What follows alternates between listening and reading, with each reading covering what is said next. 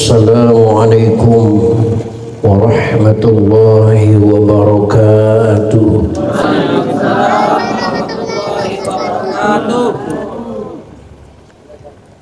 Daun salam di pinggir sumur, daun kecapi dimakan ulat. Yang jawab salam semoga panjang umur, murah rezeki dan selalu sehat. Amin ya Allah ya Rabbal. Assalamualaikum warahmatullahi wabarakatuh. Kan tambah rame salamnya. Pucuk salam merah merekah, jauhnya selangkah dari pinggir sawah. Yang jawab salam mudah-mudahan hidupnya barokah, bisa berhaji ke Mekah, bisa ziarah ke Madinah, pulangnya beli sawah, ibu-ibu tambah tanah, bapak-bapak tambah mama. Pak, cocok. Cocok nggak Pak? Ibu, cocok nggak Bu? Kok bisa enggak? Kan suami istri mestinya cocok-cocokan. Daun salam si daun manggis, daun duren, daun rambutan. Itulah nama daun-daunan. Bu, ini saya enaknya duduk apa berdiri, Bu? Bu, duduk apa berdiri? Benar berdiri. Padahal saya sudah tahu di mana-mana ibu-ibu pasti senengnya yang berdiri. Nggak mau dia kalau nggak berdiri. Cuman karena permintaan ibu-ibu saya berdiri, insya Allah. Karena ibu-ibu selalu benar, nggak pernah salah. Belok kanan, sen kiri. Diingetin Bu, sennya kiri, melotot. Yang marah dia. Ya itulah emak-emak di mana-mana juga begitu. Alhamdulillahilladzi an'ama alaina biizhari sayyidil bashar wa qaddara wiladatahu fi syahri syarifil azhar. Fasubhana man arsalahu kafatan linnasi fabashshara wa anzar. Ahmaduhu subhanahu wa ta'ala ala ni'amil ghizar. Asyhadu an la ilaha illallah wahdahu la syarika lah wa asyhadu anna Muhammadan abduhu wa rasuluh. Allahumma salli wa sallim wa barik wa azim wa syarif wa karim ala sayyidina wa habibina wa karimina wa maulana Muhammadin wa ala alihi wa ashabihi ajma'in.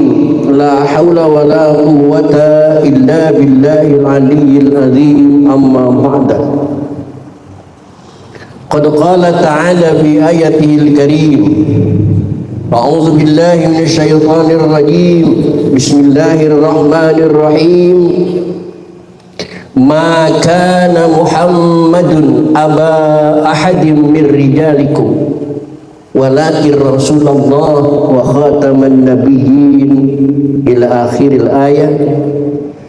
Walidzalika qala Rasulullah Muhammad sallallahu alaihi wa alihi wasallam, innama bu'istu liutammima makarimal akhlaq. Al hadis. Shadaqallahul azim wa sadaqa rasuluhun nabiyul habibul karim wa nahnu ala dzalika minasyahidin wasyakirin walhamdulillahi rabbil alamin.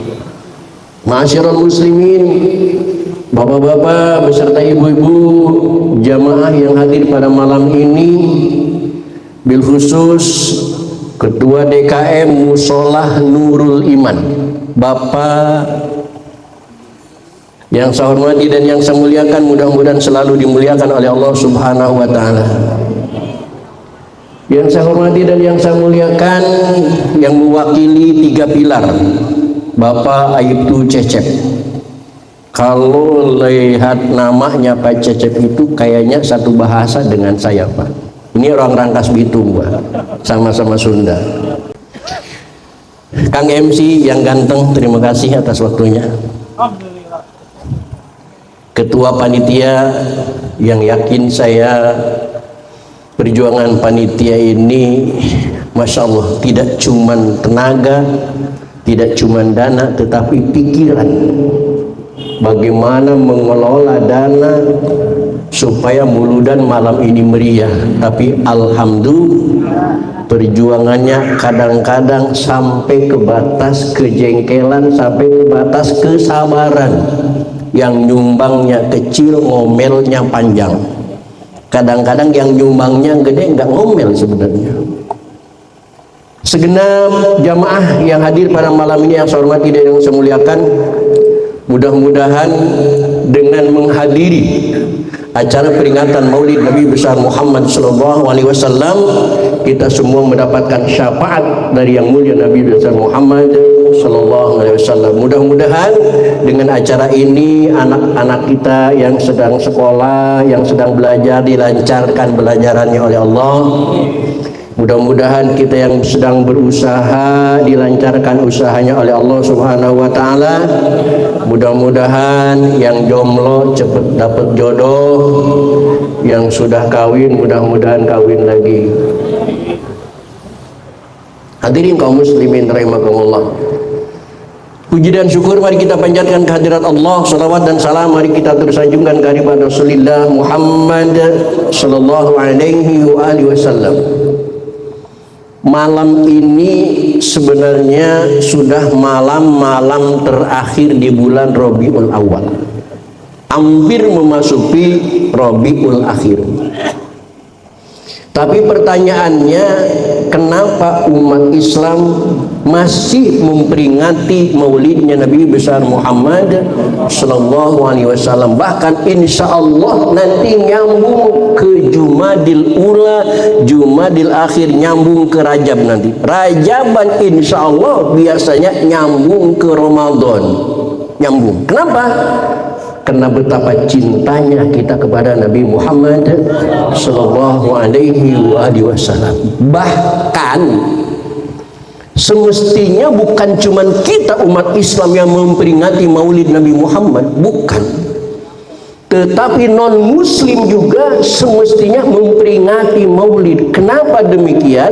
Karena alam semesta ini, kita manusia, bukan manusia muslim dan bukan muslim, semua tercipta dari sebagian kecil nurnya Nabi Muhammad sallallahu alaihi wasallam, di mana Allah berfirman di dalam hadis qudsi, laulaka lama khalaqtul awlaka Muhammad.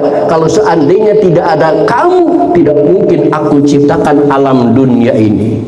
Alam dunia dengan seluruh isinya, manusia dengan seluruh warna kulitnya, dengan seluruh keyakinan dan agamanya, itu semuanya tercipta dari sebagian kecilnya Nabi Muhammad sallallahu alaihi wasallam. Maka mestinya bukan cuma umat Islam yang memperingati Maulid, tapi seluruh manusia mestinya bersyukur atas diciptakannya Nabi Muhammad sallallahu alaihi wasallam.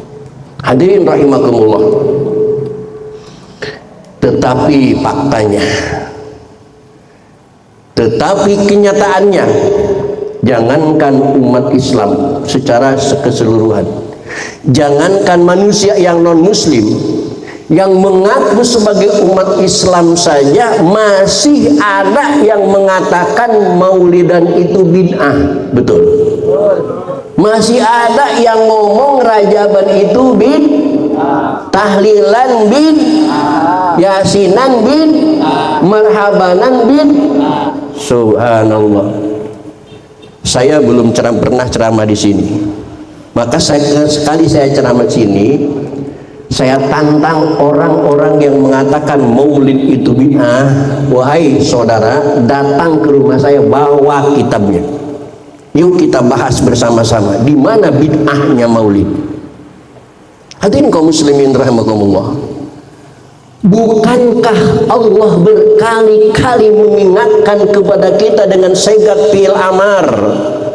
Kata Bapak tadi di sini banyak orang Kulon. Yang saya yakin orang Kulon itu pandai-pandai ngaji. Yuk kita ngaji. Di dalam Al-Quran Allah banyak mengatakan kalimat fadzakir inna fadzakir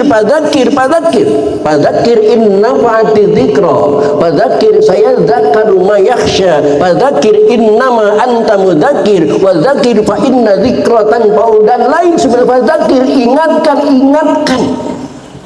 Zakir itu segat fil amr. Allah memerintahkan kepada kita untuk saling mengingatkan di antara kita. Ketika perintah Allah itu kita laksanakan, jadilah segat masdar dzikra, peringatan. Maka peringatan ini sebagai bukti kita melaksanakan perintah Allah dalam kalimat fadzakir. Mana bid'ahnya? Hadirin kaum muslimin rahimakumullah. Hadis yang mereka andalkan sebagai referensi mereka yaitu hadis kullu bid'atin dhalalah. Lengkapnya wahdaru al-mudasatil umur wa kullu mudasatin bid'ah wa kullu bid'atin dhalalah wa kullu dhalalatin binar. Itu hadisnya. Apakah benar Ustaz hadis itu sahih? Sahih hadisnya, cuman otak mereka yang tidak sahih. Apakah benar hadis itu benar? Benar adanya, benar adanya. Hadis itu benar adanya, cuman otak mereka, pola pikir mereka yang tidak benar. Hadirin kaum muslimin rahimakumullah. Mereka mungkin lupa dalam ilmu Salum al-Munawwarah. Mereka mungkin lupa terhadap ilmu mantek. Di dalam ilmu mantek, kul itu ada terbagi dua. Ada kul jami, ada kul majmu'. Al-kullu hukmuna 'alal majmu'i ka kulli dzaka laisa wuqu'i wa haitsu ma li kulli fardin hukima fa innahu kulliyatun qad ulima. Intinya kul itu terbagi dua, ada kul jami' bi haitsu la yakhruju fardun min afradihi syai'un. Ketika dikatakan kul itu semua kena. Seperti di dalam surat Ali Imran, Allah berkata bismillahirrahmanirrahim, kullu nafsin dha'iqatun maut.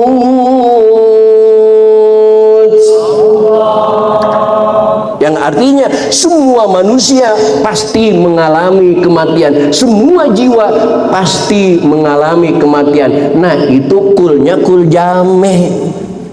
La yakhruju fardun min afradi. Tidak ada orang yang tidak akan mati. Semua kita akan mati.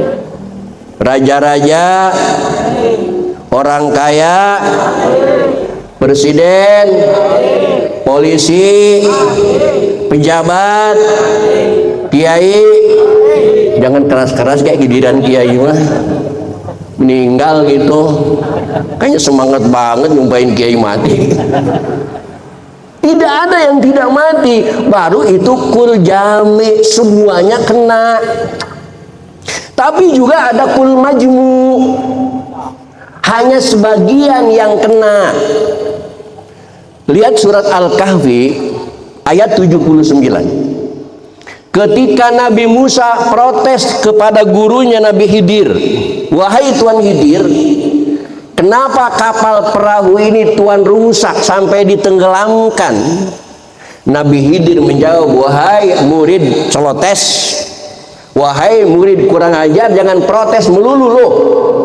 amma safinatu fakanat limasakina ya'maluna fil bahri fa aradtu an ahibaha wa kana wara'ahu maliku ya'khudhu kulla safinatin ghasba. Artinya, wahai Musa, aku juga tahu perahu ini milik anak yatim, tapi kenapa aku lobangi? Lu lihat di sana di belakang ada raja zalim, ada perompak yang ngambil semua perahu. Ya'khudhu kulla safinatin, semua perahu. Kalimatnya kulla sapinatin kulla bid'atin. Pertanyaannya, apakah rampok ngambil semua perahu? Yang sudah jelek juga diambil, yang sudah busuk juga diambil, yang sudah tenggelam juga diambil. Itu namanya kul majmu, oplok. Makanya ngaji mantek.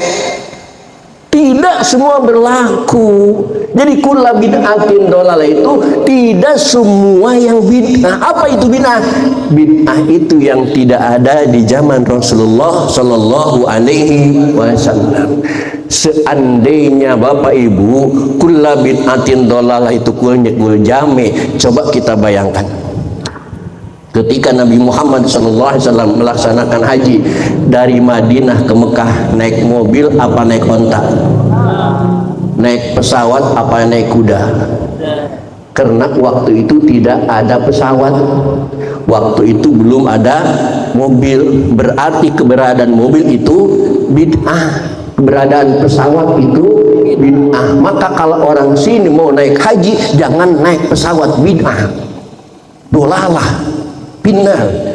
Jangan naik mobil, itu bid'ah. Naik kebo sampai ke Mekah, itu termasuk Al-Quran. Apakah ditulis di zaman Rasulullah? Bukan. Sampai Rasulullah berganti khalifah dengan Abu Bakar Siddiq belum sempat menuliskan Al-Quran. Sampai khalifah berganti dengan Umar bin Khattab belum sempat menuliskan Al-Quran. Sampai khalifah berganti dengan Utsman bin Affan baru dituliskan Al-Quran. Berarti Al-Quran bukan ada di zaman Rasul, tetapi adanya di zaman Sayyidina Utsman bin Affan. Maka dikenal Quran itu dengan khata Utsmani, tulisannya di zaman Sayyidina Utsman. Berarti Quran juga berarti bapak-bapak yang baca Quran itu sesat. Berarti bapak-bapak yang sesat itu neraka. Hadirin kaum muslimin rahimakumullah. Makanya ngaji yang benar. Ngaji cuma terjemah doang, menyimpulkan hukum lewat terjemah. Ngaji, lu ngaji. Hadirin kaum muslimin rahimakumullah. Kan di zaman Rasul tidak pernah ada maulid. Di zaman sahabat tidak ada pernah maulidan. Allahu Akbar. Kadang-kadang capek menanggapi otak-otak yang pengiring ini. Di zaman Rasul tidak pernah ada maulid, dan karena orang tahu siapa Rasulullah, hafal lahirnya kapan, begitu mukanya bagaimana, ikat rambutnya bagaimana. Tidak pernah ada maulidan karena mereka tahu siapa Rasulullah Sallallahu Alaihi Wasallam. Di zaman sekarang, kalau coba bayangkan Bapak, kalau sudah 1446 tahun berlalu tidak diperingati maulid kayak begini, siapa di antara kita yang kenal Nabi Muhammad SAW? Diperingati setiap tahun pun kadang-kadang kita lupa, betul?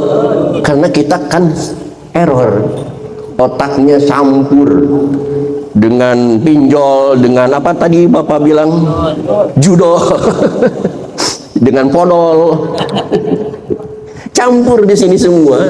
Saya cek, Bu, Nabi Muhammad lahirnya hari apa? Hari Senin, tanggal berapa?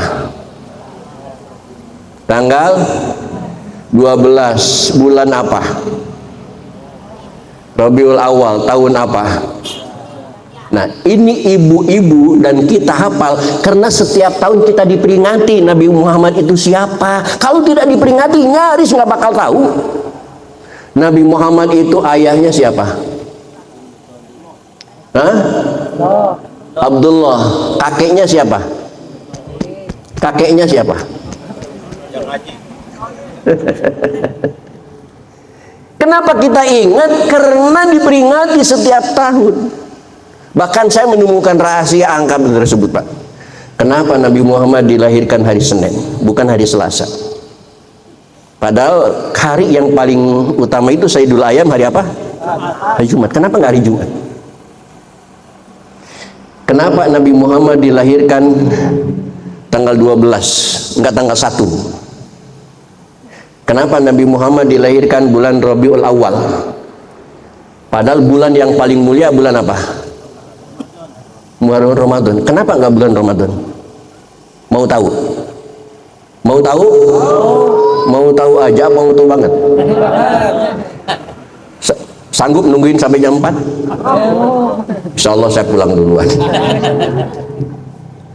Hadirin kaum muslimin rahimakumullah. Kita hafal Nabi kita siapa namanya, dilahirkannya hari apa, tanggal berapa, ayahnya siapa, kakeknya siapa. Ini berkah maulidan. Maka di dalam Al-Quran Allah mengatakan, wadzakir, dan ingatkan saudara-saudaramu, fa inna dzikra, karena sesungguhnya peringatan itu tanpaul mukminin, sangat bermanfaat bagi orang-orang yang beriman. Tanya Qori, itu ayat Al-Quran. Itu Allah yang menjelaskan begitu. Sesungguhnya peringatan fa inna dzikra tanpaul mukminin, sangat bermanfaat bagi orang-orang yang beriman. Hadirin kaum muslimin rahimakumullah. Kenapa Nabi Muhammad dilahirkannya hari Senin? Hari Senin menurut ilmu yang benar, menurut kalender Islam adalah hari yang kedua. Maka disebut Isnin dari kalimat isnani. Karena hari yang pertamanya Ahad, dari kalimat wahidun ahad, diganti minggu oleh mereka. Sebenarnya yang ada kata-kata minggu cuman di Indonesia saja kita dibohongin. Sebenarnya di Malaysia nggak ada minggu, di Mekah nggak ada minggu, di Arab nggak ada minggu, cuman di Indonesia aja mengenang seorang pastor yang bernama Domingos. Maka ahad diganti minggu, cuman kita dibohongin. Maaf Pak Cecep, ini bukan rahasianya. Aslinya sebenarnya hari itu Ahad, bukan minggu. Ahad itu satu, Ahadun.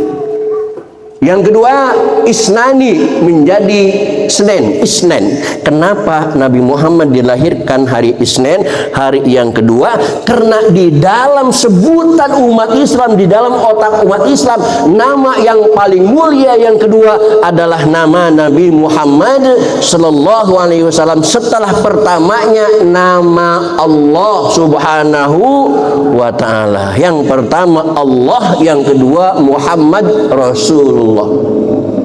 Maka kalau kita muji kalimatnya la ilaha illallah yang pertama, yang kedua Muhammadur Rasulullah.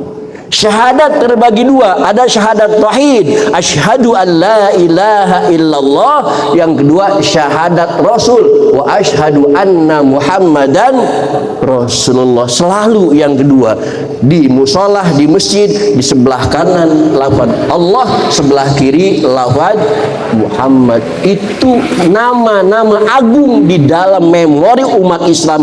Muhammad itu nomor kedua, makanya dilahirkan hari yang kedua yang kita kenal dengan hari Senin. Hari tanggalnya tanggal berapa, Bu? Tanggal 12. Kenapa harus 12? Woi, tanggal 12. Kenapa harus 12? Karena ternyata di dalam Islam angka 12 itu adalah angka keagungan, angka kemuliaan, angka keseriusan, angka keagungan. Kita buktikan 12. Puji yang berbunyi la ilaha illallah, ternyata jumlah hurufnya ada 12 huruf. Kita buktikan sekarang. La ilaha illallah, lam alif 2, alif lam ha berapa? 5. Alif lam alif berapa? 8. Alif lam lam ha berapa? Subhanallah. Yang kedua, kalimat Muhammadur Rasulullah ternyata juga ada 12. Coba kita hitung. Muhammadur Rasulullah, mim ha mim dal berapa? Ro sin waw lam berapa? 8. Alif lam lam ha berapa? 12. Ternyata angka 12 itu angka keagungan. Maka satu hari dari pagi sampai sore berapa jam? 12 jam. Dari maghrib sampai pagi berapa jam? 12 jam. Tembakan main bola yang ngancam gawang berapa? 12 pas pemain bola. Ibu-ibu kalau masakannya pengen enak pakai semara 12. Angka 12. Tidak cuma la ilaha illallah Muhammad Rasulullah. Kita urut nama sahabat. Sahabat yang pertama siapa? Abu Bakar As-Siddiq. Kita hitung. Abu Bakar As-Siddiq. Alif ba waw berapa? Ba qaf ro berapa? Alif lam sod dal ya qaf berapa? Subhanallah. Sahabat yang kedua siapa? Umar Ibnul Khattab. Kita hitung lagi. Umar Ibnul Khattab. Ain mim ro berapa? Alif ba nun berapa? 6. Alif lam kha ta alif ba berapa? Subhanallah. Ternyata 12. Tidak cuma sampai di situ. Sahabat yang ketiga siapa? Utsman ibnu Affan. Kita hitung. Utsman ibnu Affan. Ain sin mim alif nun berapa? Alif ba nun berapa? Ain fa alif nun berapa? 12. Sahabat yang terakhir siapa? Ain lam iya, ba nun, alif ba iya, to alif lam ba berapa? Subhanallah. Ternyata nama-nama mulia. Satu lagi jangan ketinggalan, yang 12. Ha alif jim haji, ain ba dal Abdul, alif lam mim to lam ba berapa? Ternyata Haji Abdul Muthalib juga 12. Masya sampai jam 12 Pak. Enak aja. Hadirin kaum muslimin rahimakumullah, itulah kemuliaan hari Senin tanggal 12 bulan Rabiul Awal. Rabiul Awal itu bulan keberapa? Rabiul Awal itu bulan keberapa? Bu, bulan ketiga. Ibu-ibu nggak kenal Rabiul Awal, kenalnya bulan Mulud. Betul? Mulud silih mulud, Sawal silih sawal, tonjok silih tonjok. Muharram, Safar, Rabiul Awal, Rabiul Akhir, Jumadil Ula, Jumadis Tsani, Rajab, Syaban, Ramadan, Syawal, Dzulqa'dah dan Dzulhijjah. Itulah nama-nama bulan tahun Hijriyah. Ibu-ibu kalau biasa di bawah nadom biasanya apal ya? Mau nadomnya? Hah? Yuk kita nadomin. Muharram, Safar, Rabiul Awal, Rabiul Akhir, Jumadil Ula, Jumadis Tsani, Rajab, Syaban, Ramadan, Syawal, Dzulqa'dah dan Dzulhijjah. Itulah nama-nama bulan tahun Hijriyah. Itulah nama-nama bulan tahun Hijriyah. Lagi Muharram, Pak Cecep langsung mogok. Nah ini yang membuat saya sedih Pak. Kita sebagai umat Islam yang kalender kita kalender Hijriah lupa terhadap nama-nama bulan sendiri. Tapi kita lebih ingat nama-nama bulan Masehi. Woi, Masehi itu tahun siapa? Apakah tahun Nabi Muhammad? Allahu Akbar. Kalau soal nama-nama bulan Masehi dari Januari sampai Desember, saya optimis, saya nggak perlu tanya ibu, saya nggak perlu tanya bapak, cukup nanya cucu ibu dan cucu bapak Januari sampai Desember, pasti mereka hafal, betul.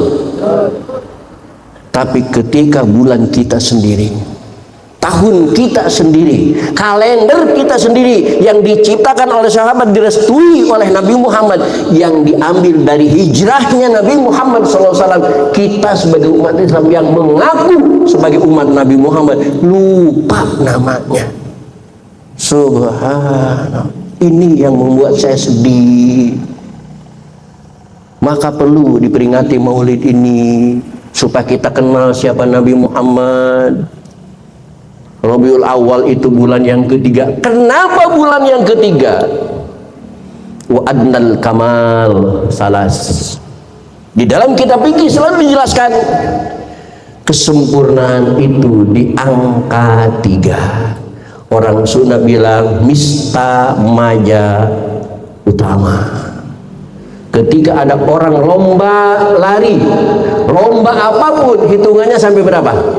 3, 1, 2, lari, nggak sah. Yang sah itu sampai di angka 3. Maka Nabi Muhammad orang yang mulia, orang yang sah, orang yang agung, dilahirkan di bulan ketiga. Tahun apa Nabi Muhammad dilahirkan? Kenapa disebut tahun gajah? Oh, lama banget ini, lama lagi nih. Hadirin kaum muslimin rahimakumullah. Di samping untuk mengenang Nabi Muhammad SAW, siapa beliau, dilahirkan dari apa, juga kita untuk menelusuri akhlak-akhlak beliau. Allah yang berfirman di dalam Al-Quran, Bismillahirrahmanirrahim, Qul in kuntum tuhibbunallaha fattabi'uni yuhibbukumullah wa yaghfir lakum dzunubakum. Kayaknya tahun depan bisa duet.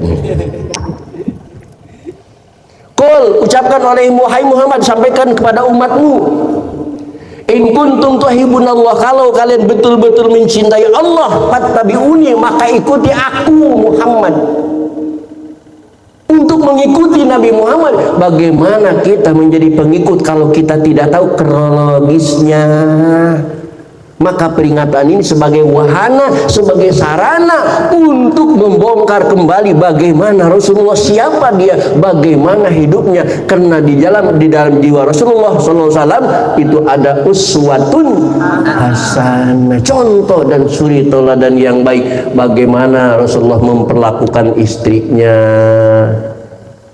Mau dengar Bapak Rasulullah memperlakukan istrinya? Mau? Nerima enggak? Mau nerima apa enggak? Janji ya sama gua ya. Nerima. Saya bacakan dalam kitabnya, Ar-rijalu qawwamuna 'alan nisa'i bima faddalallahu bi ba'dakum 'ala ba'din wa bima anfaqu. Lelaki itu harus tanggung jawab 'alan nisa, terhadap kaum wanita, terutama kepada istri masing-masing. Karena Nabi Muhammad dalam hadis yang mengatakan, ana khairun ahli, aku adalah orang yang terbaik untuk keluargaku. Kewajiban masak itu sebenarnya kewajiban suami bapak, bukan kewajiban istri. Dengar tuh, dengar. Siap dengar? Lanjutkan. Berbahagia Bu. Kali lagi, kewajiban masak itu tugas suami, bukan tugas istri. Itu dalam hukum. Yang nyuci baju itu tugas suami, bukan tugas istri. Dengar? Yang bersihin rumah itu, yang nyapu sebenarnya tugas suami, bukan tugas istri. Semua kebutuhan keluarga, ar-rijalu qawwamuna 'alan nisa, tugas suami bukan tugas istri. Tugas istri hanya dua, taat kepada Allah, nurut kepada suami. Cukup nurut saja. Maka kalau suami lagi capek nyuruh istrinya nyuci, istrinya harus nyuci.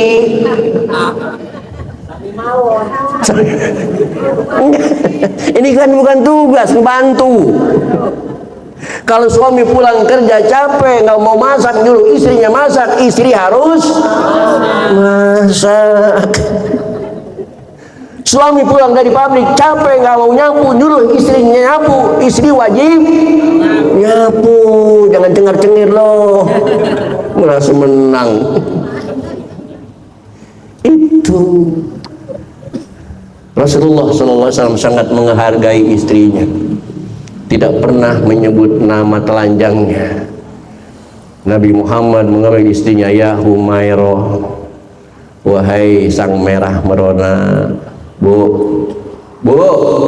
jujur, ibu pernah nggak dipanggil suaminya ya Humairah?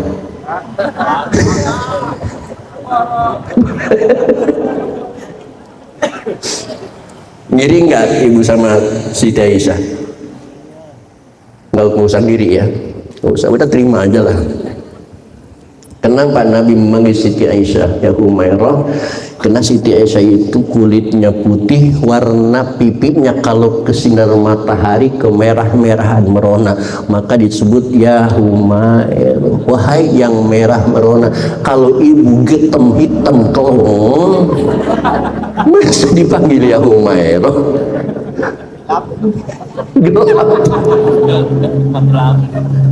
Mungkin juga ya Saudah gitu, wahai sang hitam. Hadirin kaum muslimin rahimahullah. Tapi punya istri Pak jangan dihina, karena setiap kita lahir dari seorang perempuan. Siapapun kita pasti lahir dari seorang perempuan. Maka jangan diinjek-injek haknya istri, karena istri tercipta dari tulang rusuk, bukan dari tulang kaki. Betul? Senang Bu? Hargai istri karena tercipta dari tulang rusuk. Dan juga jangan terlalu disanjung, karena kalau perempuan disanjung gede kepala. Coba besok buktikan, nongkrong di depan musola ini, ada perempuan yang lewat, bapak bilang, ih pantatnya behenol ya, pasti bertambah goyang jalannya. Nah, kisah tu aklin wadi. Hadirin kaum muslimin rahimakumullah, ciptakan keluarga sebagaimana keluarga Rasulullah sallallahu alaihi wasallam, sampai Rasulullah mengatakan baiti jannati, rumah tanggaku laksana surga bagiku. Kalau kita baiti nari, rumah tanggaku neraka bagiku. Males pulang ke rumah, apalagi lihat istri udah monyong kayak bemo. Hadirin kaum muslimin rahimakumullah. Yang kedua, di peringatan Maulid ini perlu saya sampaikan, Rasulullah sallallahu alaihi wasallam pernah memerintahkan kepada kita dalam sebuah hadisnya, talabul ilmi fardhatun, mencari ilmu itu fardu. Namun fardunya mencari ilmu itu lebih fardu daripada ibadah-ibadah yang lain. Karena ilmu tanpa amal bermanfaat. Tapi kalau amal tanpa ilmu tidak ada manfaatnya. Fa kullu man bil ghairi ilmin ya'malu a'maluhu mardudatun la tuqbalu. Oleh karena itu dalam kalimat thalabul ilmi, Rasulullah mengatakan dimakrifatkan oleh alif dan lam, artinya ilmu tertentu yang fardhah. Sementara ibadah cuman fardun, as-sholatu fardun, as-saumu fardun, az-zakatu fardun, al-haju fardun. Tapi ilmu bukan cuman fardun, tapi faridatun, pakai tak marbutah lil mubalaghah, fardu banget. Ilmu itu fardu banget. Apakah semua ilmu? Tidak. Maling pun ada ilmunya, tapi wajibkah kita mempelajari ilmu maling? Tidak. Ngerampok pun ada ilmunya, tapi wajibkah kita mempelajari ilmu ngerampok? Tidak. Selingkuh pun ada ilmunya, tapi wajibkah kita mempelajari ilmu selingkuh? Cuman judul yang gak ada ilmunya. Judul itu kegoblogan, 100% kegoblogan. Nggak mungkin, bener kata Abah, nggak mungkin bandar mau rugi, nggak mungkin Pak. Yang ngeluarin angka itu dia, bukan kita. Adapun kita menang lah 1 juta 5 juta, itu cuman pancingan aja. Saya punya saudara, jujur aja ini ngomongin saudara sendiri.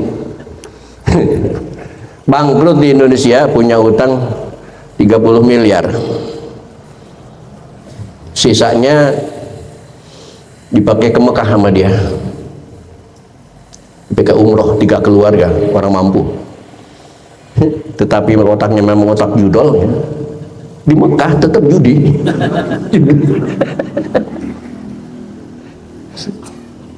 Itu Pak Cecep di Madinah, saudara saya itu dapat 5M judi. Sekarang masih orangnya masih ada. Dia sendiri yang ngomong sama saya, kayak saya memang sesat katanya. Karena di Madinah dapat 5M, begitu kan di Madinah cuma seminggu, udah ada 5M. Begitu pindah ke Mekah, dia pikir Mekah itu lebih mulia daripada Madinah. Memang iya. Sholat di Mekah 100.000, sholat Madinah cuma 1.000. Sampai ke Mekah dia pasang lagi, ternyata habis 20M lagi, rugi, kalah 20. Jadi judul kata Pak Cecep bener, nggak bakal menang karena udah didesain sama dia. Nggak bakal kita menang, cuma dibohongin doang. Maka tidak perlu mempelajari ilmu judul, nggak ada ilmunya. Itu kegeloonan 100% aja yang judul-judul itu.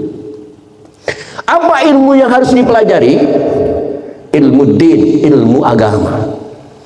Maka lewat silaturahmi ini, saya mengingatkan kepada bapak-bapak saudara-saudara saya, karena di sini juga katanya banyak orang Rangas Bitu. Wahai orang Lebak, sadarlah kalian. Jangan sekali-kali menganaktirikan ilmu agama. Saya tidak melarang bapak punya anak kursus bahasa Inggris, silahkan, karena sekarang perlu. Saya tidak melarang anak bapak kursus komputer, karena sekarang memang dibutuhkan, bukan brand tapi kebutuhan. Kursus bahasa Mandarin silahkan, kursus kumon silahkan, kursus renang silahkan. Tapi jangan anak tirikan pendidikan agama. Jangan kayak di Muara Baru. Kalau di Muara Baru, saya tinggal di Muara Baru, itu pendidikan agama Masya Allah jauh dianaktirikan. Anak bapak yang punya anak sekolah di SMP, bayarannya SMP itu satu bulan 500.000. Pulang sekolah les bahasa Inggris 500.000, 1 juta. Hari yang lain les bahasa Mandarin 500.000, 1,5. Les komputer 500.000, 2 juta. Les kumon 500.000, 2,5. Les renang 500.000, 3 juta. Sampai jutaan orang tua ngemodalin anak demi meraih pendidikan umum. Tapi giliran bayaran ngaji sama ustadz setempat 1 bulan cuma 10.000. Nggak tahu di sini sama apa enggak? Hah? Sama. Giliran ngaji 10.000, itu pun kadang-kadang nunggak 3 bulan nggak bayar. Sama ya, nasib kita satu nasib. Untung ustaznya diberikan panjang umur ayo. Menganaktirikan agama, yang padahal kita sadar nggak bahwa kita ini akan mati. Sadar nggak bahwa kita ini mau mati? Coba bayangkan ketika nanti kita suatu saat mati, badan kita sudah membujur kaku menjadi mayat, menjadi jenazah. Anak-anak kita nangis di samping mayat kita, di samping jenazah kita. Selesai nangis, mereka baca hadiah. Apa yang mereka bacakan di samping jenazah kita? Apa hasil les bahasa Inggris? Les komputer? Les bahasa Mandarin? Les kumon? Apa yang dibaca? Hasil pengajian, minimal baca Al-Fatihah, surat Al-Ikhlas, maksimalnya baca Yasin dan doanya. Yang itu diambilnya, diperoleh waktu diajarin sama Ustaz setempat waktu ngaji, yang bayarannya 10.000 per bulan, nunggak 6 bulan nggak dibayar-bayar. Subhanallah. Ternyata itu yang manfaat. Betul? Hadirin kaum muslimin rahimakumullah. Kalau anak kita dididik dengan pendidikan agama, walaupun tidak sampai tuntas, berbeda dengan anak kita dididik di pendidikan umum. Anak bapak SMP kelas 3, SMA kelas 2, 5 tahun pendidikan.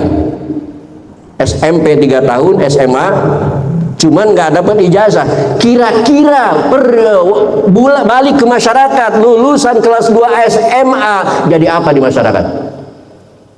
Jangan-jangan yang nyolong motor Babri juga kemarin dia. Jadi sampah masyarakat, nggak bakal manfaat. Tapi bayangkan oleh anak bapak di pesantren 5 tahun, kemudian tidak memodalin bapak, habis modalnya, pulang ke rumah bapak, insya Allah mimpin tahlil mah lancar. Ngajar anak mah bisa. Itu manfaatnya pendidikan pesantren. Maka saya punya anak, semua anak saya digontor biar agama tapi balance dengan umumnya. Karena gontor kan pondok pesantren modern, agamanya oke, umumnya oke. Alhamdulillah anak saya sudah ada satu yang sarjana, yang satu proses, yang 2 masih proses. Kenapa? Karena kita mengharap itu. Dan ingat, omongan saya, ingat ibu dan bapak, kendati pun anak ibu sampai sukses menjadi manusia kaya, sukses, tapi kalau di dalam hatinya tidak ada pendidikan agamanya, mustahil anak bisa membahagiakan kedua orang tuanya. Mustahil kalau di dalam dadanya tidak ada agamanya. Contohnya banyak sekarang, anak-anak daerah, anak-anak desa yang merantau ke Jakarta, sukses di Jakarta. 1 tahun, betapa suksesnya itu anak. Sampai 1 tahun itu rumahnya bertingkat, uangnya berlipat, mobilnya mengkilat, istrinya jumlahnya 4. Saking suksesnya. Karena dia merasa sukses, dipanggillah emaknya ke kampung, nyuruh supir jemput emaknya dari kampung sampai ke Jakarta. Tetapi sesampainya di Jakarta, emaknya tinggal di rumah anaknya, ibu yang dulu mengandungnya, ibu yang dulu melek karena tangisan malam anaknya, ibu yang dulu rela kepanasan demi melindungi bayinya, ibu yang dulu rela kehujanan punggungnya demi melindungi bayinya. Tetapi setelah bayinya dewasa dan sukses, ibunya hidup di rumah tangga anaknya, sama sekali tidak dihormati layaknya sebagai seorang ibu, tapi dijadikan pembantu di rumah tangga anaknya sendiri. Na'udzubillah min dzalik. Dan itu kata Rasulullah, min alamatis sa'ah, itu sudah tanda-tanda kiamat. Hadirin kaum muslimin rahimakumullah. Oleh karena itu, saya ulangi, saya tidak pernah melarang. Saya tidak pernah melarang anak bapak dan ibu kursus bahasa Inggris, les bahasa Mandarin, kontor dan lain sebagainya. Silakan pelajari itu. Tapi satu hal, jangan tinggalkan pendidikan agama. Karena gagal atau sukses anak ibu yang tanpa agama tidak akan membahagiakan ibu dunia dan akhirat. Na'udzubillah min dzalik. Udah malam juga ya. Hadirin kaum muslimin rahimakumullah. Masih banyak ya yang ingin saya sampaikan, cuman waktunya yang membatasi durasi ini. Mudah-mudahan kita diberikan panjang umur sehat oleh Allah Subhanahu wa taala, sehingga suatu saat kita bisa bertemu lagi di waktu dan gelombang yang berbeda. Demikian malam ini, mohon maaf. Assalamualaikum warahmatullahi wabarakatuh.